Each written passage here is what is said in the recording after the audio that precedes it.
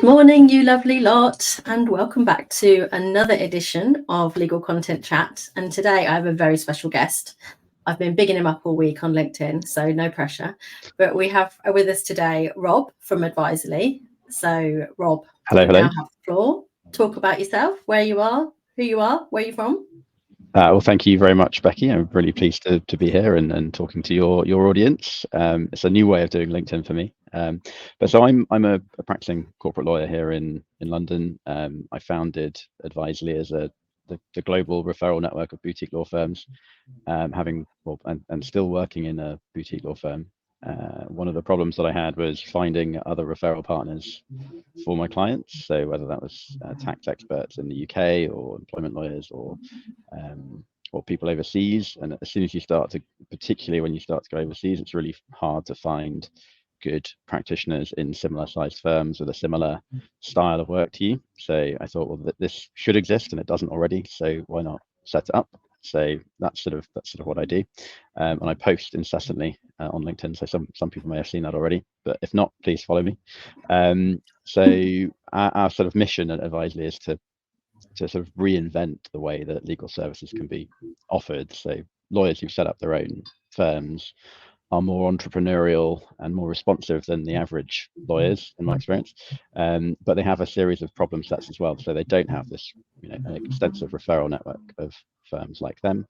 They don't have all of the back office staff and support and marketing expertise that you get in a big firm. There are lots of stressful situations that you get into as an entrepreneur. As you're running your own firm at the same time as trying to practice law, and being naturally risk-averse creatures, there's a tension being an entrepreneur as well. So the idea is that we bring a community of these firms together. They are great for each other because they've got the same story, they've got the same experiences, and that means that the clients get a great service as well, because they have the law firms staffed by lawyers who are entrepreneurial and really get what the clients are going through and are really close to the client. But at the same time, they have that more sort of larger firm support in the background and support from other lawyers like them. So our aim is to sort of reduce the barriers to collaboration, and really get that referral system going within the network better, really, I think, than what happens in many big law firms. So there's often barriers within big law firms themselves, but there's barriers between small law firms. So that's what we're trying to do. I'm always keen to speak to boutique law firms wherever they are in the world, and connect them. So that is me. That is what I do. Thank you, Rob. I think that might have been the longest introduction we've ever had. So that was great. Congrats for that. I did say I like the sound of my own voice. So you do, yeah. No, that's fine. These are the kind of people I need to have on here. I don't want to have people that are just like have those really awkward silences. That would not be good for anybody. So today we're going to specifically talk about the things that get in the way of successful legal referrals. So with your wealth of experience in this area, we thought it'd be really nice to talk through 7 of them. So we're going to go through 7 things that commonly happen that stop successful legal referrals from happening. So without further ado, let's go into number 1, which is stop. Everything's going to have a stop to it. Stop accepting work when you are too busy. So talk us through this one, Rob. Yes, I guess the first thing to say is that so all of the 7 are fundamentally about communication in one way or the other. But this one, the first one, stop accepting work when you're too busy. It sounds sort of obvious and also very difficult. It's very difficult for law firms to turn away work because you never know where your next client is coming from, particularly in a smaller firm. So you're kind of minded to take on lots of work from lots of different types of clients and lots of different different types of work to do. So even in my practice area, corporate, there are lots of different things you could be doing. If you are taking on huge amounts of work, and if you're really busy, so like at the moment, actually, the run up to Christmas is often a really busy time for lawyers. Taking on a referral when you're busy, like really busy, because there's all lawyers are busy pretty much all of the time. So if you crank it up a notch, so you just don't have time to reply to emails, or you do reply to the first one and then it takes a couple of weeks to reply to the second, then your communication really slows down. You just become someone that actually is hard to work with. And when things are delayed, you forget. It becomes much harder to successfully form the relationships that you need, both between the lawyer and the other lawyer that's making the referral, and the client.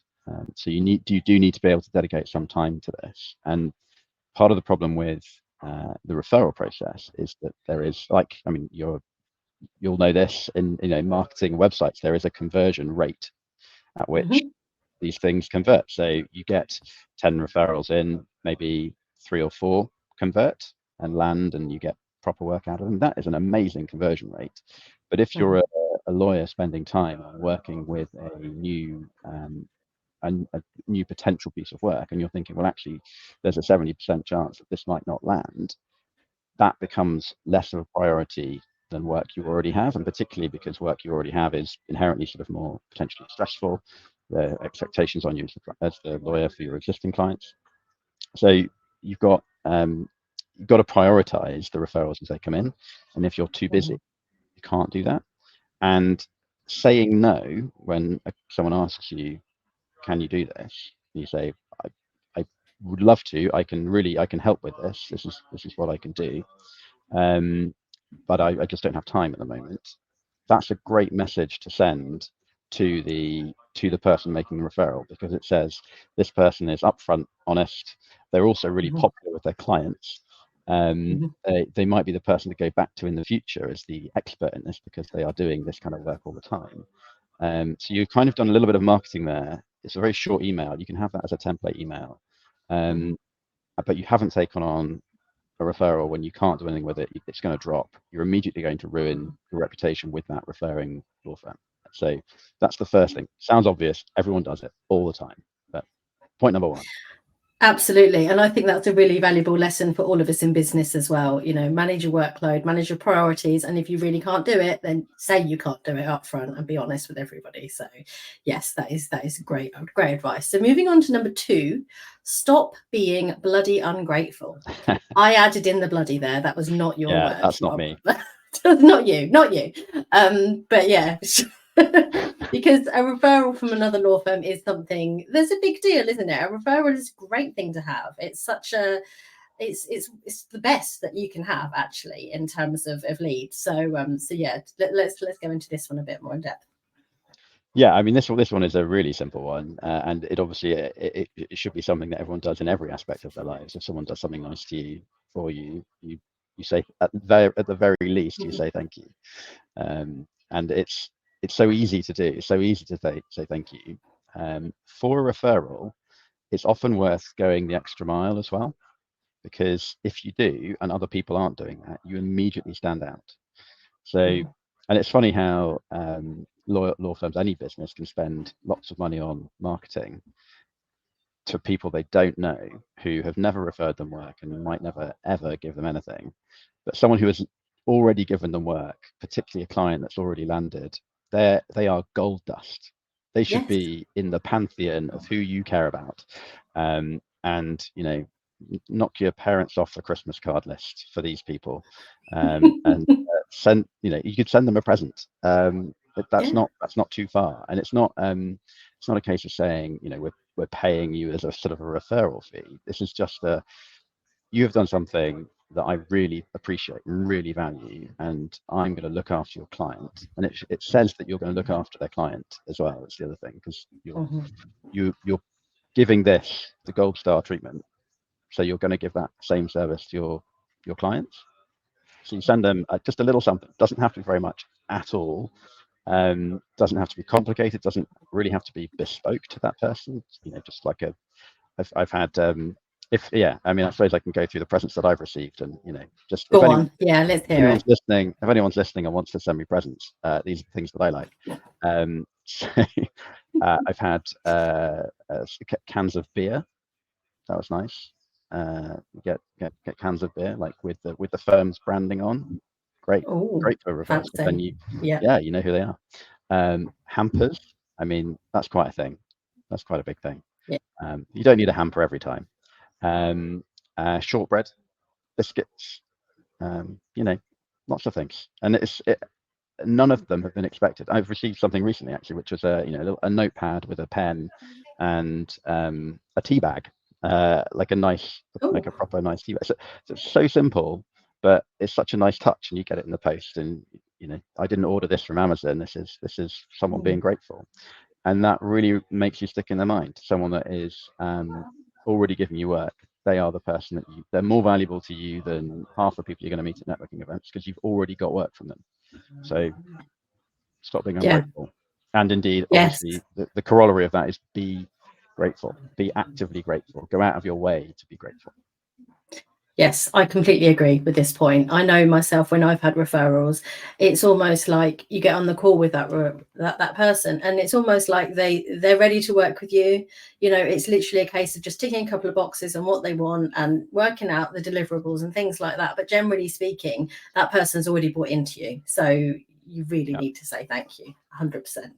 And I've noted the hamper thing, Rob. So yeah, well, it is Christmas, hopefully our audience has as well. Yeah, it is Christmas. It is. Yeah. That's true. You've got a few weeks to get your order in. Should we just drop your address at the end of this? Yeah, as well, so that's a great idea. Send the gifts to you. Yes. I'll type it in my name as my name for the. This is really not how I planned this to go, but hey. So number 3, stop referring work to complete strangers. What's this one all about? So, I mean, this again, it should be fairly obvious, but you see it all the time, and then people wonder why it goes wrong. So this is also part of the problem I have when I was setting up Adviserly, or before I set up Adviserly, like going out to new firms and new places that you don't know, you don't have anyone who can recommend you someone. You are by definition working with people who are strangers who don't have any recommendation. So the instinct there is to go for people who have some kind of review online already. So if they have some validation in the Legal 500 or whatever local equivalent there is, maybe you go for that lawyer or that firm, and that means they're probably going to be larger firms and therefore not like you if you're in a boutique firm.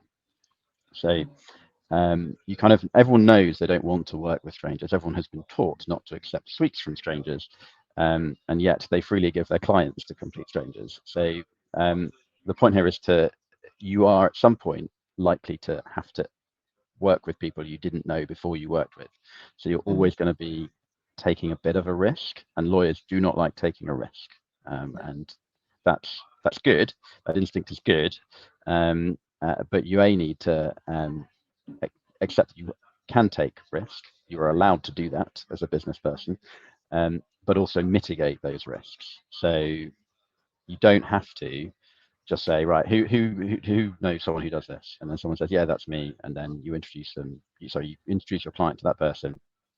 You've just looked on their website after 5 minutes. You've sent them an introduction. And then it all goes horribly wrong. They overcharge. They don't respond.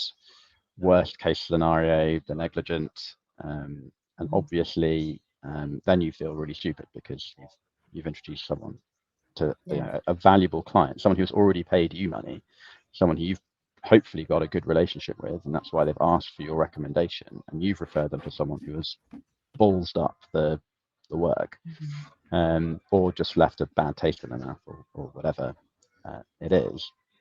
So rather than referring work to strangers, get to know people, get to think about their business, why it is that they do what they do, what's their background. Have you at the very least had a call with them and got to know them a bit? Have you got any recommendations from anyone else? So I mean, this is why I set up Adviserly. This is what Adviserly does. So if you are a boutique law firm, come to us, and we already have the sort of those warm relationships between our member firms. So not complete strangers, but professionals who have recommendations. That's what you're looking for. Yeah, that does make complete sense, and it's something that we should all think about. And I think we're all a little bit guilty of it sometimes on social platforms such as LinkedIn, but it's not classed as necessarily an official referral. But I know I've done it loads. Oh yeah, I know so and so. Yes, I'm sure they can help you out, and it can definitely backfire on you and your relationship with that person if it all goes horribly wrong. So yeah, very important. Yep. So number four, stop ignoring the golden rule. Pray tell, what is the golden rule? Well, so I was. This is actually from the Bible. So I was a weird place perhaps for business business recommendations to come from. But yes, no, I was raised as a Catholic, and so reading the all of this. So the golden rule, as many of you will know, is do unto others as you will have done unto yourself, which is the 11th commandment, as often said. So what this is getting at is to have empathy with your fellow lawyers who you are referring work to and from.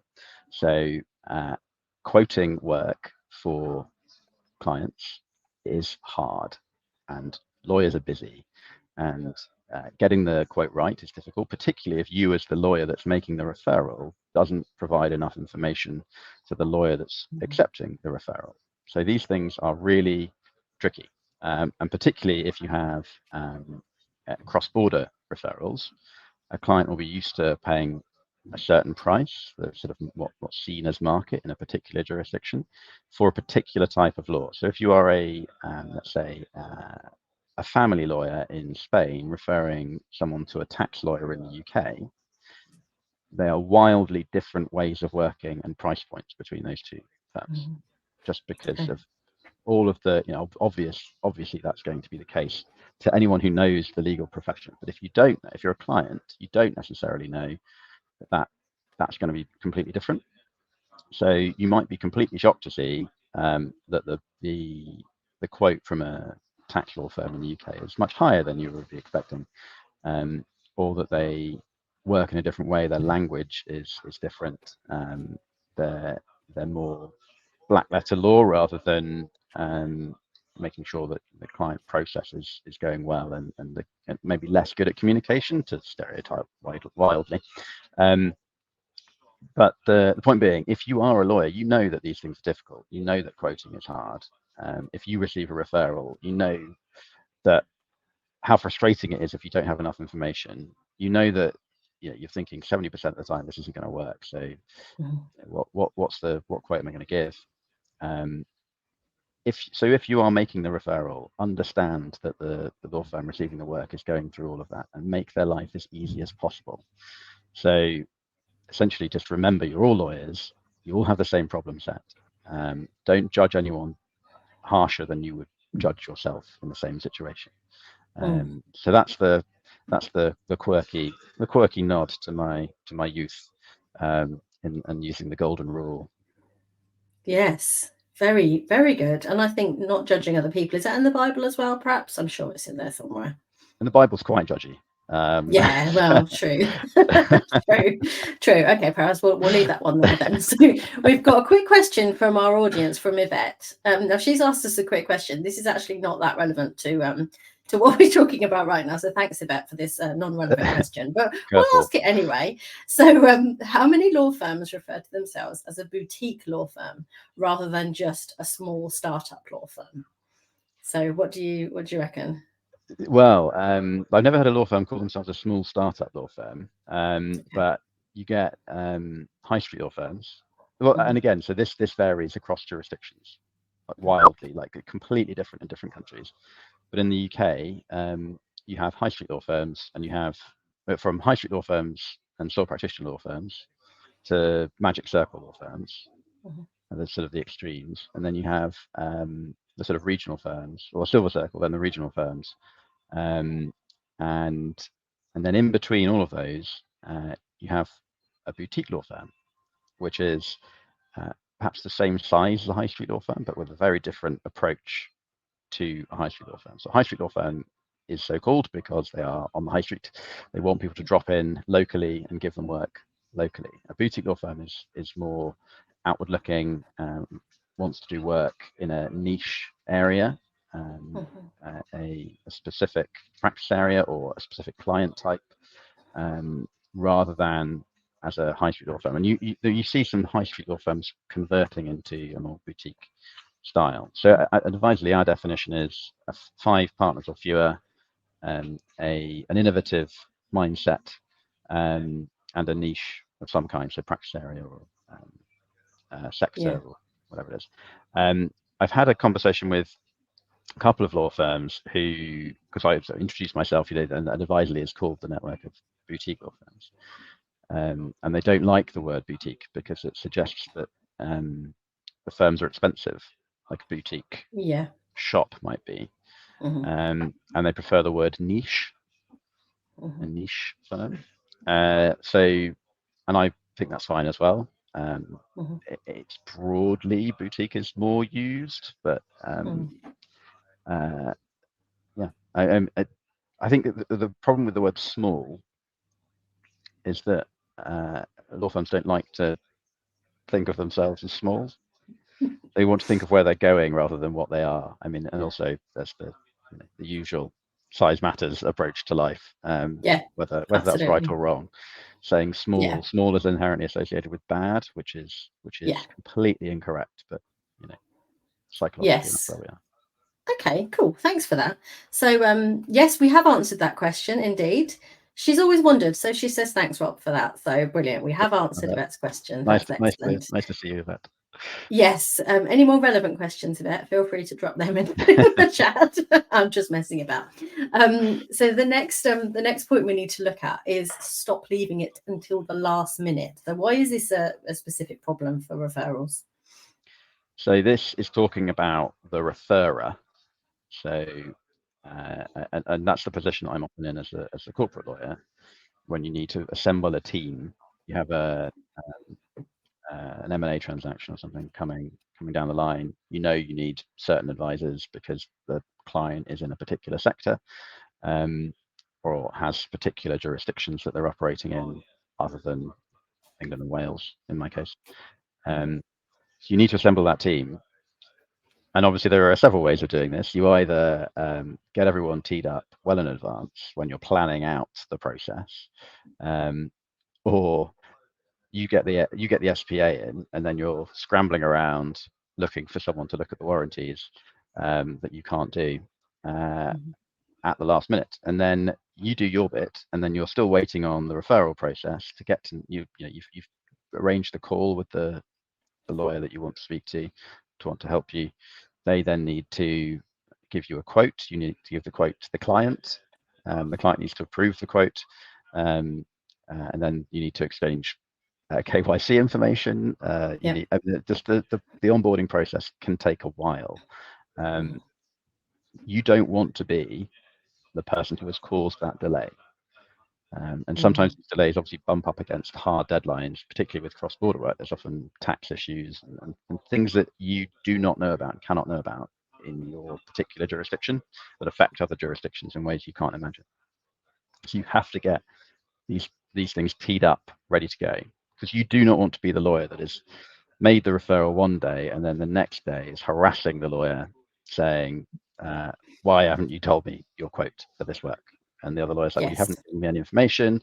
I'm actually quite busy at the moment because I'm a good lawyer and people like me. So it goes back, it obviously links to the golden rule. But get this ready early, get to know the person you're referring the work to, and you'll find life a lot easier.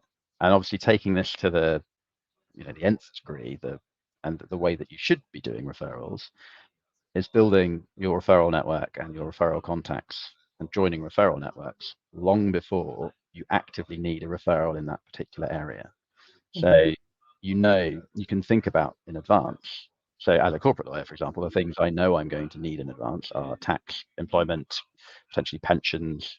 I'm going to need some good accountants to go to. I'm going to probably need someone in the US at some point.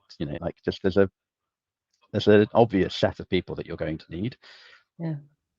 So think ahead, get to know those people, and then not only have you're ready for when a transaction comes in, but also you're probably more likely to get referrals from those people because you've proactively gone out and met them and spoken to them. So don't leave it to the last minute. Get ahead of the game. Your life and everyone else's life, and most importantly, the life of your client, will be much easier. Absolutely. Yes. Great advice. So number 6, stop overcomplicating your referral process. So do people complicate these processes? Is that something that happens a lot? Yes. I mean, we're lawyers. I mean, a lawyer can't look at a Well, contract yes. and not amend it. So, and I mean, this is very much something I have done in the past. So this is I'm thinking of a very specific example in my case. Um, when I was trying to get a non-solicit wording agreed with a law firm that we were referring work to. And it just took ages, as you'd expect, because it had to be a very short agreement drawn up and then amended between the two of us, and then they were at a bigger firm, so it had to be passed around. And this was why we wanted the non-solicit wording, because they were a larger firm, and they could also take on the work that we were doing. But it was a nightmare, and also completely unnecessary, because realistically they were never going to poach the work, because I knew the lawyer. We'd worked on a few quotes and matters, well, not matters, but a few quotes before, and we got on really well. There was no realistic prospect of that happening. And in this particular case, we'd gone through this entire process. So back end of 2019, and then the matter was the sale of a hotel group. So rolling forward into 2020, we were all about to sign. We'd just signed the non-solicit wording, and then March the 16th, we were supposed to have a meeting with the client. I remember this because it was my birthday, and so also, yeah, if you want to send me hampers and beer and presents and things, 16th of March, that's another good day. He's off again. He's off again. He can't. He's relentless. I just love presents. But they shut the theatres in the UK that day, and then the next week they went into lockdown, and so obviously the deal collapsed. So we'd done all this work on this referral, getting the referral ready, and it just did not work. It was just unnecessary at the end. So that's the broad point, that there are other risks, and obviously, pandemic hopefully is not going to happen every day, but other risks are more important than getting the legal referral contract wording absolutely correct. So in our network, we have a non-solicit wording in our terms and conditions as between the members, but it's very short. And amusingly, and maybe this is the wrong thing for me to say, but lawyers, if you give them a contract attached to an email, they will look at it and they will amend it. If you have a little box at the end of a sign-up process that they have to tick, they will tick it without reading, because they are like everyone else in that sense. So it's extraordinary, the difference. Little psychological insight into the way we lawyers work. But so you don't need to overcomplicate the referral process. It's about know, like, and trust. So and you're all professionals, so you're all going to be bound by the same regulations in different countries, same principles apply in those different countries. So have a bit of faith, take a little bit of risk, but obviously, having said before, trust but verify, as Reagan said. So there's you don't have to be stupid about it, but don't overcomplicate it either. Yeah. Okay, that is a great hack, and interesting that you've mentioned that about the contracts. So yeah, very good. So the last one, which we will collaborate on, Rob, number 7, is stop having a rubbish website. Those are my words, by the way, which is definitely something that I can talk about. So if you've had a referral that's gone super well, and then they land on a website that is shoddy, for want of a better word, doesn't really explain what they do, terrible navigation, really slow, not responsive, latest article written potentially 10 years ago, doesn't do you any favors, does it? Yeah, and for things that we check, like automatically when we're looking at firms that sign up, or that we kind of are looking to add. So if you see it's the little WordPress, little red flags, little WordPress symbol next to the URL rather than the logo of the firm, It's like that doesn't need to. That's a simple thing to fix. Shows a sort of lack of attention to detail, which is obviously very important in a law firm. The photos of the lawyers, they need to be professional, nice photographs, not rubbish ones. Like I mean, just really simple things. And the email address to contact, or a contact form, simple contact form. Like it just has to be clear who the person is, and then that has to marry up with a LinkedIn profile. And the LinkedIn profile either has the same photograph or something very similar, so you can tell that it's a recent photograph. And there's not this sort of wild difference between what it is that a person says they do on LinkedIn and what they do on their website. That's it. It's about having that brand consistency wherever you are online, so people do recognize you instantly. And it is amazing how many legal websites I've seen that do not have a simple way of getting in touch, and that is just ridiculous. It needs to be very, very obvious how to reach out, because if your website's done its job, which is to reassure you that that's the right person that you want to get in touch with, once they're ready to get in touch, if they can't do that, that's just like you're literally just throwing money away. Might as well just burn it. Well, and so in particular, so I think the way that most lawyers think about their website, first of all, most lawyers think, and I'm obviously massively generalizing here, that referrals are where they get their work from. They're like their existing clients and from referrers that they know, and that's where most of their work comes from, and that's great. Their website is very much secondary, and they don't get direct traffic to their website. They have no idea what the conversion rate is, but fundamentally, people coming to their website are not necessarily going to be great clients, because they don't know what they might want. They might just be looking for a free 30-minute or hour consultation, whatever it is. So it's just not as valuable as a marketing tool. But the way I think that they should think about it is a website is a crucial step along the conversion process of a referral. So a conversion rate for a referral from start to finish, like I say, is much higher than a completely unsolicited approach. But the website is a crucial part on raising that conversion number from 30% to say 40%. If someone introduces you, well, first of all, they're not likely to introduce you if they think the website's rubbish. So they're going to say, well, my client's going to look at this, and the client's going to think the same thing I think, which is this person doesn't look professional. So what if they do introduce you, and the client then goes to the website and then thinks, actually, the other firm is better, this other firm, because they normally will look at 2 or 3 firms, because clients like to have some kind of frame of reference. So the firm with the best website, or the most professional looking website that really responds to what the client's problem is, will win. So it's a crucial part of the referral process. And I think lawyers are probably better to think about websites in that context, rather than as a tool in its own right to go naked into the world looking for clients, because they know it doesn't quite work like that. But for referrals, it's vital. Yes, absolutely.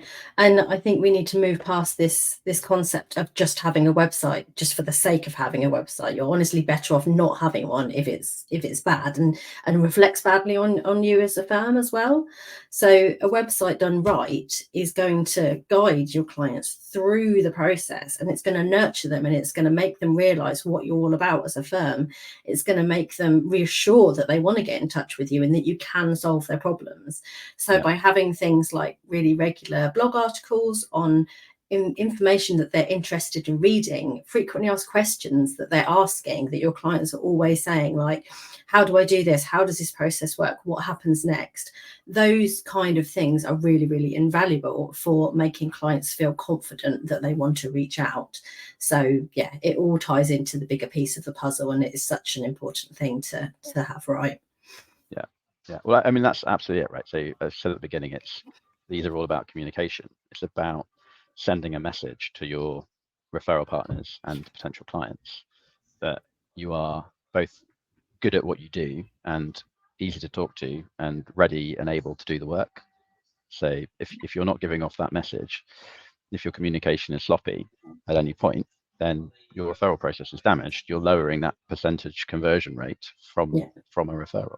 So, and you are losing the best possible clients. But the client lifetime value of a referral client is enormous, because they already kind of know what you do. They're already instructing lawyers. They know they're going to have to pay the fees. If you have that client for 5 years, even if it's like 10 grand over 5 years, that's 50 grand. And if your cost is a couple of grand for a website and responding to emails from your referral partners more quickly, then obviously you're in massively in profit. So it's a no-brainer to spend a bit of time and a bit of effort getting this right. Absolutely. And I would add in there as well, the cost of monthly regular blog content is essential too. So if anybody needs any of that, feel free to reach out to me. So it's time for shameless plugs, I feel sure, even though you have you have already tried to bribe our audience to buy you presents. Which is brilliant. Before we wrap up, if anybody does have any questions for Rob or for me, please drop them in the chat. We would love to hear from you, because it is such an interesting topic. And as we have mentioned, it's something that can go horribly wrong if you don't have the due care and consideration. So it's definitely something to consider. We will like to mention that Rob has got a book coming out. So shameless plug number one. When is this going to be hitting the shelves? When can we expect it? Well, I would expect in the second half of next year. So it is a while off. But it's going to be called How to Work with Strangers. Spoiler alert, make sure they're not strangers. Is like the summary of the book, but you get to know people. But yeah, the idea is there are lots of businesses who grow and thrive on referrals, but there's not really anything out there about how to make the most of referrals and building a business based on that. So particularly for professional firms, given that I see all the referrals between the members in the Adviserly network, that's what I'm writing about, what goes well and what goes wrong. And one of the chapters will be roughly about what we've talked about today. So. Yeah. Perfect. So you need to get busy carrying on with the writing of that, so we can enjoy that at the end of next year. So that sounds really good. So if any of you have thought, do you know what, I need to jump on this Adviserly train, I really need to get myself into a network of like-minded professionals and learn how to start referring properly, then I'm sure Rob would be very happy to hear from you. What's the best way to get in touch with you? So if everyone is on LinkedIn, presumably by watching this, that means they are. The path of least resistance is probably to search for me, Robert Flint, on LinkedIn, and just send me a message, send me a message. You can find the Adviserly website as well, and there are lots of there's a contact form on there, and you can sign up directly actually as well if you're a law firm. But the address is adviserly.io, and that's Adviserly spelt with you can see how it's spelt, with an E rather than an O, because in the UK we spell it differently to everyone else. Yeah, we absolutely do. So yeah, reach out, and I'm sure a very supportive network will be waiting for you. So that will be great stuff. Yeah, absolutely. And before we sign off, because we've just had some more nonsense from Yvette, which we should probably just ignore. So that's all good. But if you don't know, my current offering is legal blog articles on a monthly basis. So I deliver these for law firms, boutique law firms as well. Not small ones though, obviously. And I help consultant lawyers as well that don't have any marketing teams behind them. So if you're in that situation and you know you need to get some decent legal content on your website, you want to start making Google a little bit happier with you, then organic content is the way forward. And it's a very stress-free experience, I promise. So feel free to reach out to me on LinkedIn, drop me a DM. I will always respond. And yeah, this has been an absolute delight. Thank you so much, Rob. Thank you very much for having me. It's been great fun. Good. Thank you for tuning in, guys. Catch you on the next one. Bye. Bye.